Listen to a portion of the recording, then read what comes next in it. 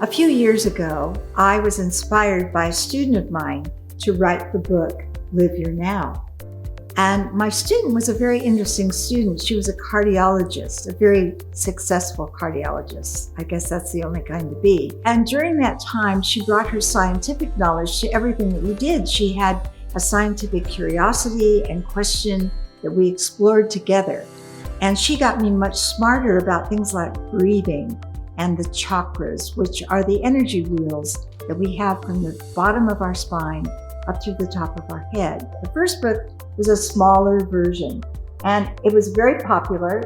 It now is much bigger, and I've included 12 essays on different topics of life, which I have found in my lifetime have been key to my success in transforming and moving out of stuck places that we all get ourselves into. So that's what this book is about. I feel very much fulfilled by writing it because it's taken me 80 plus years to be able to figure out some of these answers, and I hope you'll benefit by them. There are 7 wheels of energy, or chakras, that are along the spine. They begin at the root. There's 3 at the root, which are grounding chakras and serve the lower parts and organs of the body. And then there's the heart chakra in the middle, and then 3 higher chakras, which are really about the mind and the spirit and the connection to all energy in the universe. So these 7 chakras have guided my yoga practice and the way I teach. I'm trying to help people balance the chakras by giving them exercises and breathing that will function in a way to expand their comfort level, their possibilities in life, and just be a healthier, flowing energy base for themselves.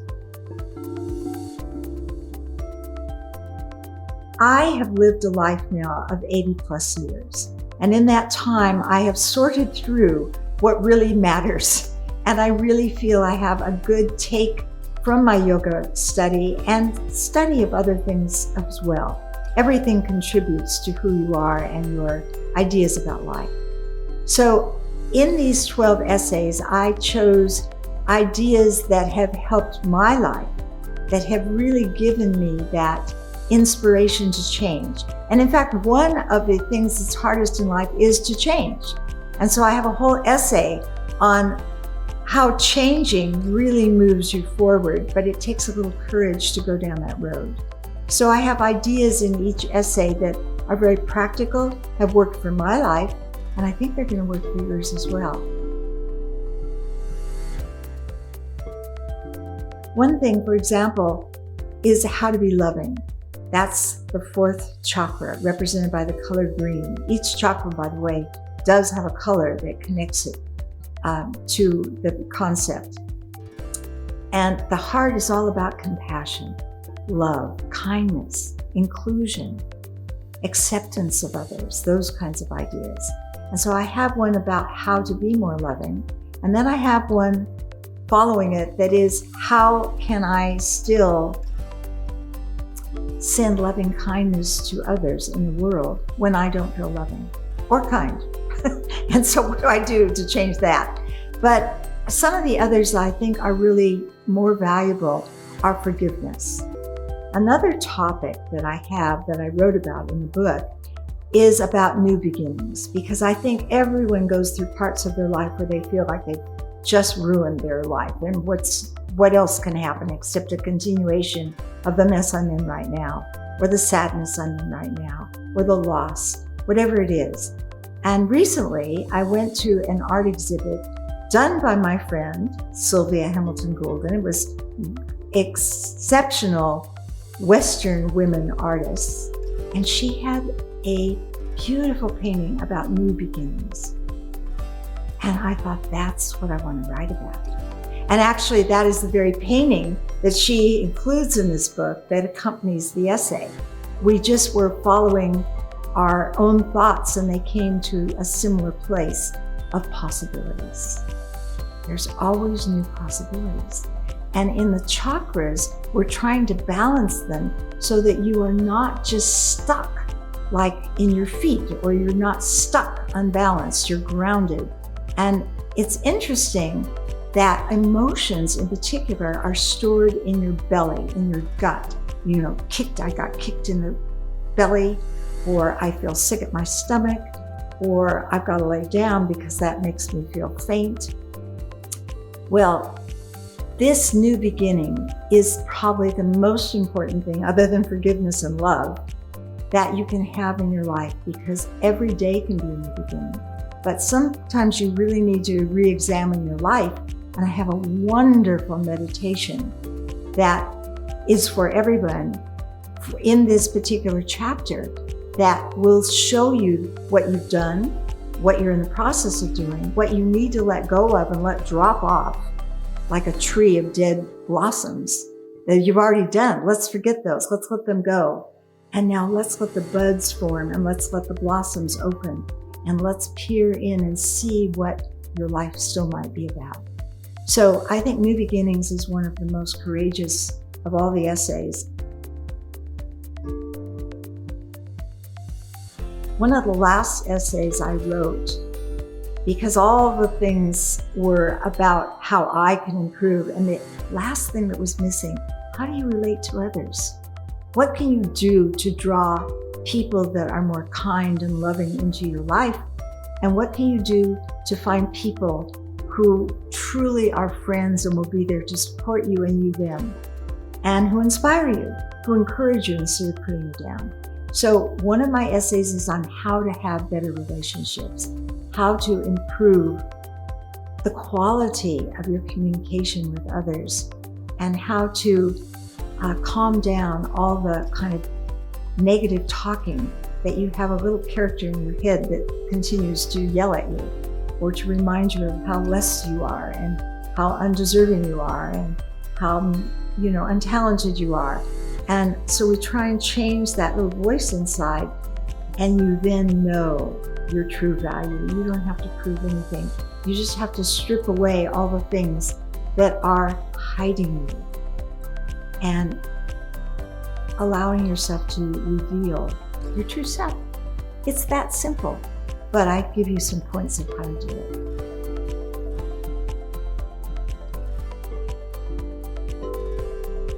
There is nothing in life more important than gratitude for having a life. Gratitude for being here in the first place. And it's a limited time. We don't even know how long that time is. So gratitude is something that I do every morning in my bath. I look at my toes, and then I move up after thanking my toes to my arches and to my ankles and to my shins and to my knees and all the way up to my body. And I take gratitude and give gratitude for just having a body that functions, and for having all the gifts like air, clean air, hopefully not being in a war zone, and hopefully having friends, hopefully having things in life that you might take for granted, the birds, the trees, maybe a little stream in your house or a fountain. Anything that you've just taken for granted, gratitude puts new lenses on your eyes, and you all of a sudden see everything as if it were shimmering and full of possibilities. That word again. It's changed my life and gotten me out of a place of deep sadness that I was once in, and I started seeing everything that I had in my life rather than what was missing. And now my life is brimming over. It's more than a full glass. It's a brimming over glass full of how lucky I am to have this day. And that's all we all have, really, is one day after another if we're lucky.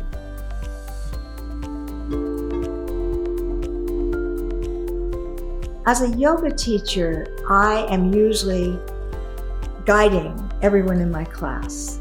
And I have times in my classes where people have to work independently and remember what we've been taught, or apply something, or meditate on something.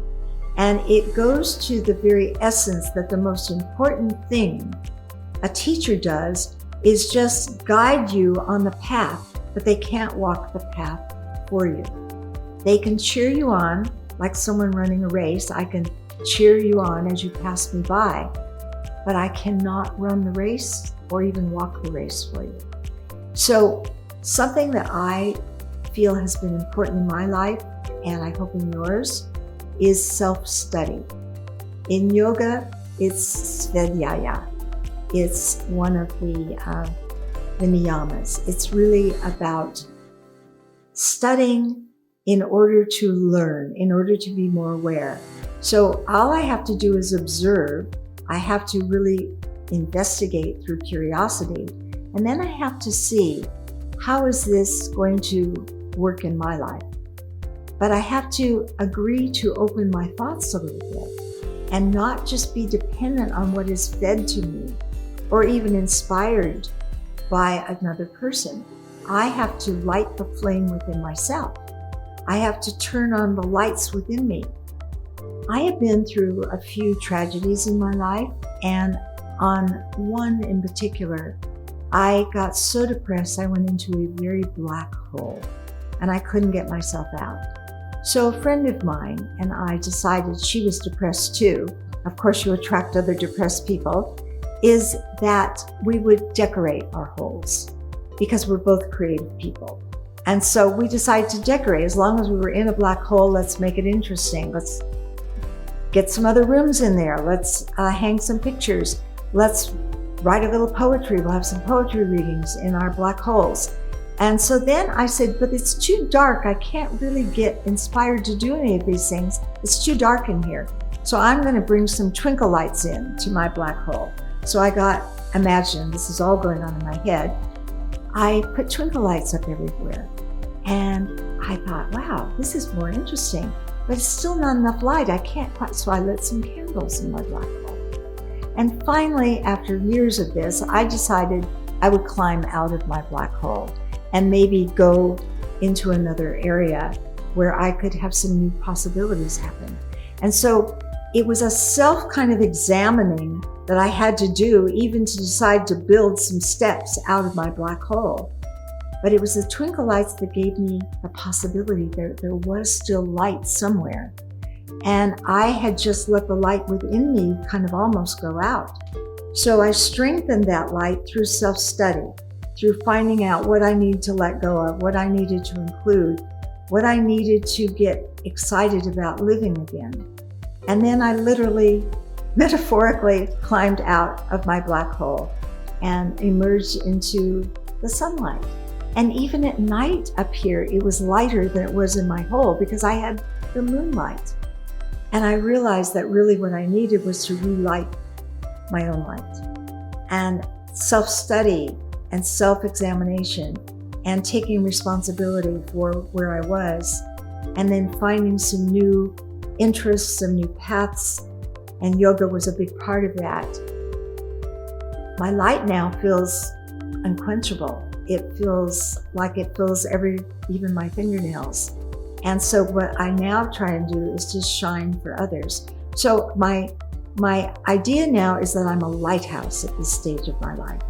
I cannot solve your problems. I cannot navigate your boat for you, but I can shine a light on what you're doing and get your own light to become a little bit brighter. And I can show you some things that are going to be very destructive to your life if you continue down that road. Or I can say, how about trying this way? I see some big waves coming, but if you go this path and avoid those rocks and the cliffs, I think you can make it. So I'm now a lighthouse. Susan's book, Live Your Now, has one essay in it that I wrote. I made sure she wrote the whole of the rest of it. It was to do with nature's role in the whole world, which is currently very important if we want to survive in this world.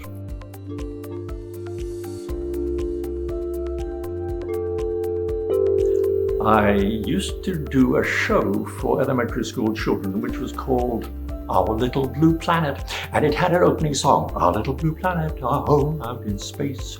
Without your environment, no human race. It's so vital to have the environment correct, and we've got to look after it, obviously. I was lucky enough to grow up on 2 different farms. The first one was in England. It was my grandmother's farm. It was 75 acres and just a beautiful place with a stream and my grandmother's lovely house. It was an idyllic place to grow up. And it was a dairy farm, as well as a pig farm and a sheep farm. I mean, sheep can be absolutely disgusting. And the main thing that I was involved with was my mother's market garden. She grew vegetables and flowers for the local markets. And this is where I learned so much about growing things. My mother had the greenest thumb imaginable. And then I left and moved out to Africa, go to see my father, and he was living on a farm outside of Johannesburg. And his farm was 125 acres of rocks. Not easy to grow much on those rocks. The trouble was, most of the topsoil had been eroded. So the most important job we had was to dig contour ridges to slow the water down and drop its mud before taking the rest of that topsoil away. So it was contour ridges, and in the preservation of water, we were very lucky to have a small stream, and controlling the water and using it properly was absolutely vital. These were some of the things I learned on that farm, and of course, on these farms, this is where I found my passion for growing living things. The artwork is my favorite part of the book. The artist is a longtime colleague and friend of mine named Sylvia Hamilton Goulden. She and I used to dance together, and she is a very expressive person, but she's also a well-known artist. So I sent her the titles of the 12 essays, and immediately she found exactly the right artwork to convey much more than my words could alone. We have been thinking along parallel paths. She has captured the movement, the energy, the essence, the spirituality of all the ideas. I know that you will be inspired, as I have been, when you see the artwork that Sylvia has included to give us a multiple number of new pieces for Live Your Now expanded version.